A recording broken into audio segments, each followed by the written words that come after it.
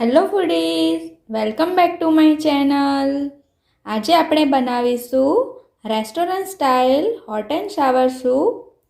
શિયાળાની ઠંડીમાં આ ગરમ ગરમ સૂપ પીવાની ખૂબ જ મજા આવે છે અને આ ગરમ ગરમ સૂપ પીવાથી આપણને શરદીમાં પણ રાહત રહે છે. નોર્મલી જે સૂપ બનાવવામાં આવતો હોય છે તેમાં વેજીટેબલ સ્ટોકનો ઉપયોગ કરવામાં આવે છે. આજે આપણે વેજીટેબલ સ્ટોકની મદદ વગર ખૂબ જ સરળતાથી હોટ એન્ડ શાવર સૂપ બનાવીશું. તો ચાલો આપણે હોટ એન્ડ શાવર સૂપ બનાવવા માટે શું સામગ્રી જોઈશે તે જોઈ લઈએ. ગાજર, ડુંગળી, કેબેજ, કેપ્સિકમ. આ જે ચારેય વેજીટેબલ છે તેને આપણે બારીક ચોપ કરી લેવાના છે. તેને તમે ચોપરની મદદથી પણ બારીક ચોપ કરી શકો અથવા જો ચોપર ના હોય તો ચપ્પાની મદદથી પણ તમે તેના નાના ટુકડા કરી શકો છો. ફણસી એટલે કે ગ્રીન બીન્સ છે તેને પણ આ રીતે બારીક સમારી લેવાના છે. કોર્નફ્લોર, મીઠું, આદુ અને લસણ છે જેને આ રીતે ક્રશ કરી લીધા છે. અહીં 8 નંગ જેટલા લસણ અને અડધો ઇંચ આદુનો ટુકડો હતો તેને આ રીતે બારીક ક્રશ કરી લીધા છે. તેના બદલે તમે તેની પેસ્ટ પણ લઈ શકો. White vinegar, red chilli sauce, dark soya sauce, 3 નંગ જેટલા આપણે અહીંયા લીલા મરચાં લીધા છે. તમારે તેની તીખાસ મુજબ લીલા મરચાં એડ કરવા. જો તમને વધારે સ્પાઇસી પસંદ ન હોય તો તમે અહીંયા ગ્રીન મરચાં સ્કીપ પણ કરી શકો છો. તેના બદલે તમારે જે રેડીમેડ રેડ ચીલી પેસ્ટ આવતી હોય છે તે એડ કરવાની. અહીં આપણે તૈયાર જે રેડ ચીલી સોસ આવે છે તે લીધો છે. તેના બદલે તમે ગ્રીન ચીલી સોસ આવે છે તે પણ લઈ શકો અને આ બંને સોસમાંથી તમારી પાસે ન હોય તો આ રીતે તમે જે ગ્રીન ચીલી આવતી હોય છે તેને બારીક સમારીને પણ ઉપયોગમાં લઈ શકો છો. પરંતુ જ્યારે તમે ગ્રીન ચીલીનો ઉપયોગ કરતા હોવ ત્યારે ખાસ ધ્યાન રાખવું કે તે વધારે સ્પાઇસી ન થઈ જાય. તો ચાલો આપણે હોટ એન્ડ શાવર સૂપ કેવી રીતે બનાવાય તે જોઈ લઈએ. સૂપ બનાવવા માટે આપણે કઢાઈ અથવા તો જાડા તળિયાવાળી તપેલીમાં 2 ટેબલસ્પૂન જેટલું તેલ એડ કરીશું. તેલ ગરમ થાય એટલે આપણે તેમાં 2 ટેબલસ્પૂન જેટલી બારીક સમારેલી ડુંગળી એડ કરીશું. 1 ટેબલસ્પૂન જેટલા આદુ અને લસણ છે તેને એડ કરીશું. અહીંયા આપણે તેને ક્રશ કરીને લીધા છે. અડધી મિનિટ સુધી આપણે તેને સાંતળી લઈશું.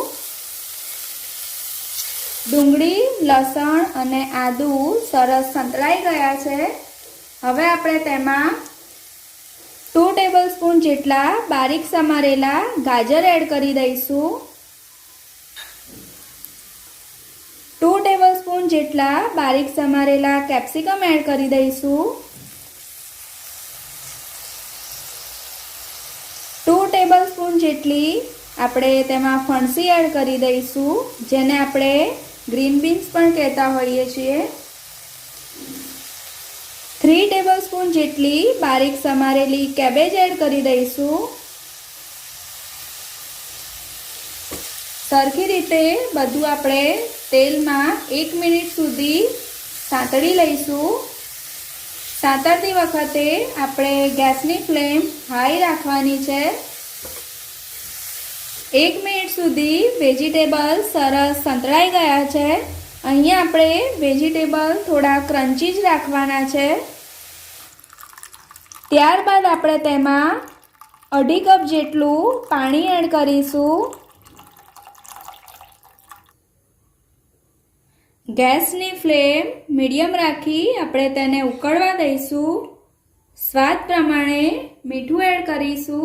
અહીં મીઠું એડ કરતી વખતે ખાસ ધ્યાન રાખવું કે આપણે જે સોયા સોસ અને ચીલી સોસ એડ કરીશું તેમાં પણ થોડું મીઠાનું પ્રમાણ હોય જ છે, માટે શરૂઆતમાં લાગે તો તમારે થોડું ઓછું જ મીઠું એડ કરવું. સૂપ રેડી થઈ જાય ત્યારબાદ ટેસ્ટ કર્યા બાદ જરૂર જણાય તો જ તમારે એક્સ્ટ્રા મીઠું એડ કરવું. 2 ટેબલસ્પૂન જેટલો ડાર્ક સોયા સોસ એડ કરીશું. સોયા સોસ એડ કરશો એટલે સૂપનો કલર એકદમ ચેન્જ થઈ જશે. 3 ટેબલસ્પૂન જેટલો રેડ ચીલી સોસ એડ કરીશું. તમારે જે રીતની તેની તીખાશ રાખવી હોય તે મુજબ રેડ ચીલી સોસ એડ કરવો. સૂપને આપણે 10 મિનિટ સુધી ઉકળવા દેવાનો છે, જેથી વેજીટેબલનો ટેસ્ટ સરસ રીતે સૂપમાં આવી જાય. સૂપ સરસ 10 મિનિટ સુધી ઉકળી ગયો છે. હવે આપણે તેમાં કોર્નફ્લોરની સ્લરી એડ કરીશું. તેના માટે 2 ટેબલસ્પૂન જેટલો કોર્નફ્લોર લઈ અને તેને આપણે 1/4 કપ જેટલા પાણીમાં ઓગાળી લેવાનો છે.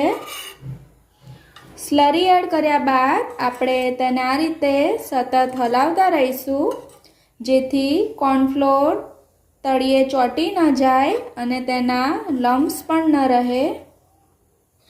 તમે જ્યારે કોર્નફ્લોરની સ્લરીને એડ કરશો ત્યારે તેનો કલર થોડો લાઇટ થઈ જશે, પરંતુ જેમ જેમ કોર્નફ્લોર ચડતો જશે તેમ તેમ પાછો જેવો સૂપનો કલર હતો તેવો થઈ જશે. તેથી તમારે એક્સ્ટ્રા સોયા સોસ એડ કરવાની જરૂર નથી. સૂપ ઠીક થાય ત્યાં સુધી આપણે તેને ઉકળવા દઈશું. 2 મિનિટ ઉકળ્યા બાદ સૂપ સરસ ઠીક થઈ ગયો છે. અહીં આપણે જે વેજીટેબલ લીધા છે તે પણ સોફ્ટ થઈ ગયા છે, તેથી આપણે બીજા વેજીટેબલ પણ એડ કરીશું. ગાજર, ડુંગળી, કોબીજ, કેપ્સિકમ. આ ચારેવનું પ્રમાણ આપણે 1 ટેબલસ્પૂન જેટલું લેવાનું છે. એક લીલું મરચું છે જેને આ રીતે બારીક કટ કરી લીધું છે. 4 નંગ જેટલી લસણની કળી છે તેને પણ આપણે બારીક ચોપ કરી લીધી છે. આ બધું આપણે તૈયાર સૂપમાં એડ કરી દઈશું.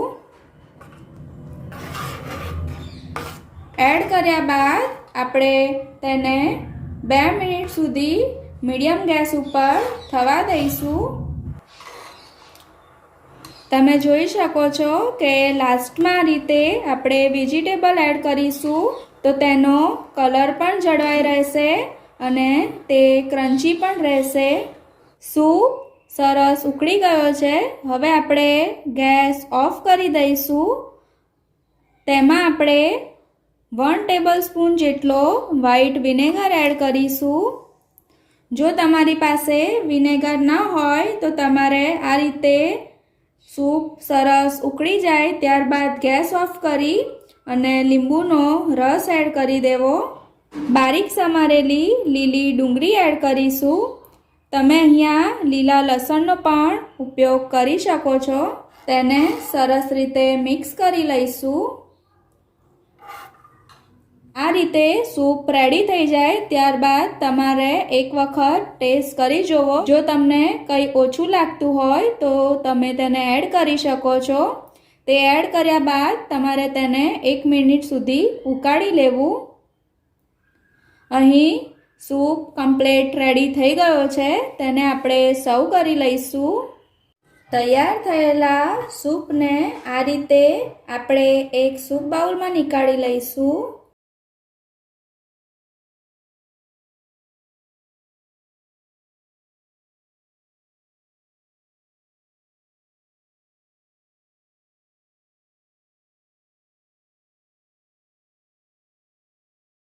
તેને આપણે બારીક સમારેલી ગ્રીન ઓનિયન વડે ગાર્નિશ કરીશું.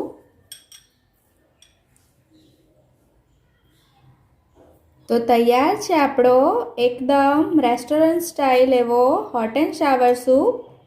ખૂબ જ સરળતાથી વેજીટેબલ સ્ટોકની મદદ વગર તમે હોટ એન્ડ શાવર સૂપ ઘરે રેડી કરી શકો છો. તમે પણ ઘરે આ રેસીપી જરૂરથી ટ્રાય કરજો. તમને આ રેસીપી કેવી લાગી તે કોમેન્ટ બોક્સમાં જરૂરથી જણાવજો. તમને જો આ રેસીપી પસંદ આવી હોય તો વિડીયોને લાઈક કરજો તથા આ વિડીયોને તમારા ફ્રેન્ડ્સ તથા ફેમિલીમાં શેર કરજો. હજુ સુધી આ ચેનલ ઉપર સબસ્ક્રાઈબ ન કર્યું હોય તો સબસ્ક્રાઈબ જરૂરથી કરજો.